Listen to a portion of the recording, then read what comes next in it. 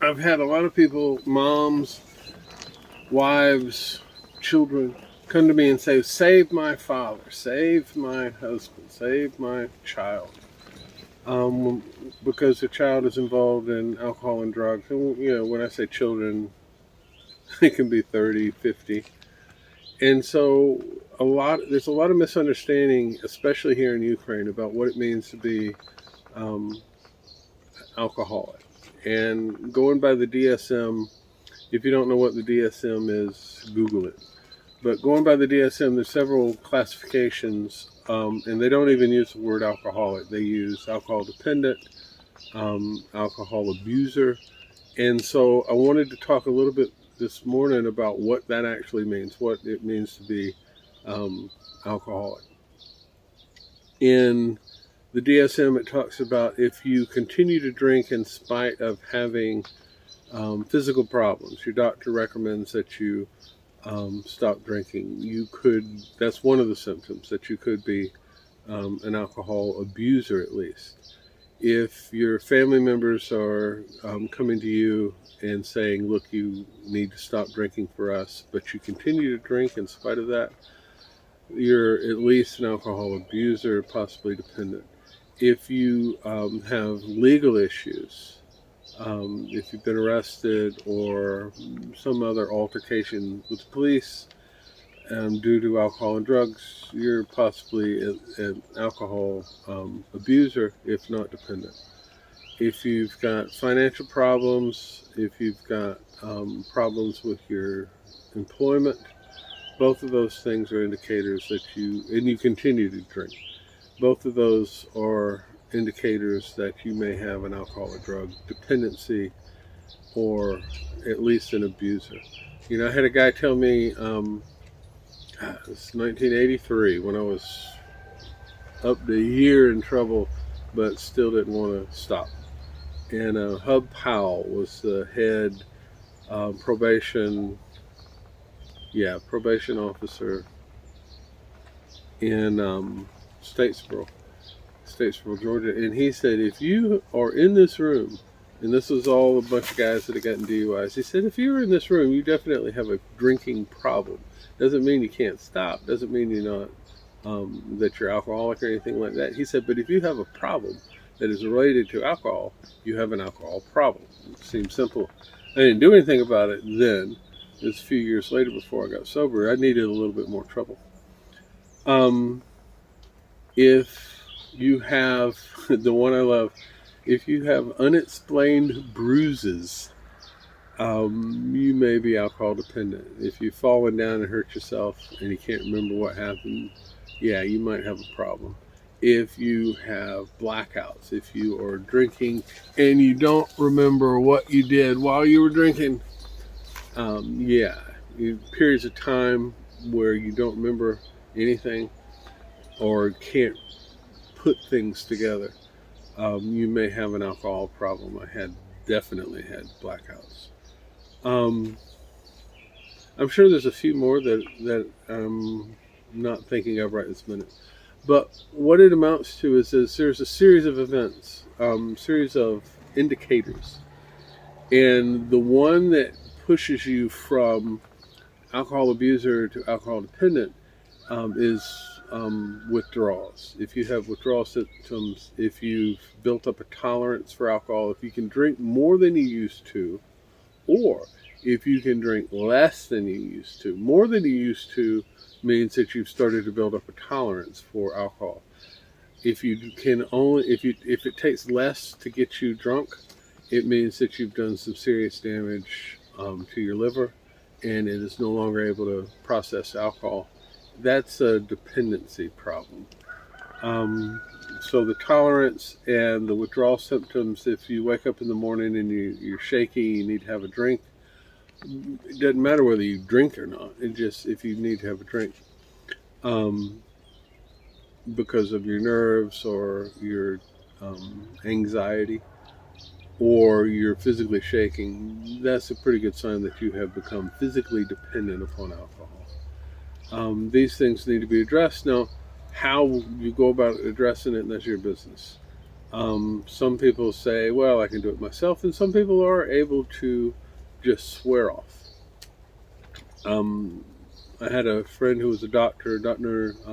Bobby in Statesboro. I won't use his last name, but Dr. Bobby was a psychiatrist and ran an alcohol drug facility where I was trained and where I got sober. And Bobby said that he asked this new class of addiction counselors, what's the number one way that people stop drinking? And, some people said the 12 steps, some people said church. They threw out a lot of psychiatry. Acupuncture was mentioned. Hypnotism was mentioned. In this part of the world, Eastern Europe, they have that thing called coding, which is fascinating to me, and which involves medication and hypnotism, suggestions. He said no. He said the number one way that people stop drinking, and these are diagnosed alcoholics that met the DSM criteria for alcohol dependent. He said the number one way that those people stop drinking is they just wake up one day and they don't drink anymore. And they come to this moment of clarity. They don't go to meetings. They don't see a doctor. They don't take medication. They just stop.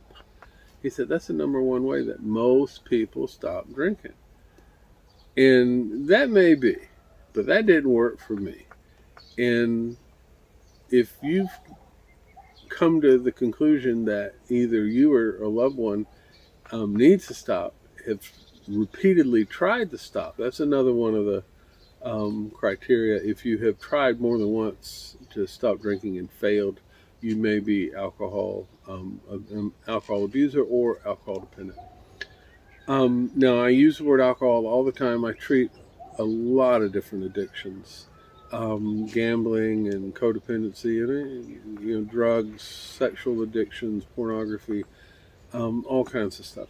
And when I use this word alcohol and alcoholic, I use that word interchangeably with all these other addictions.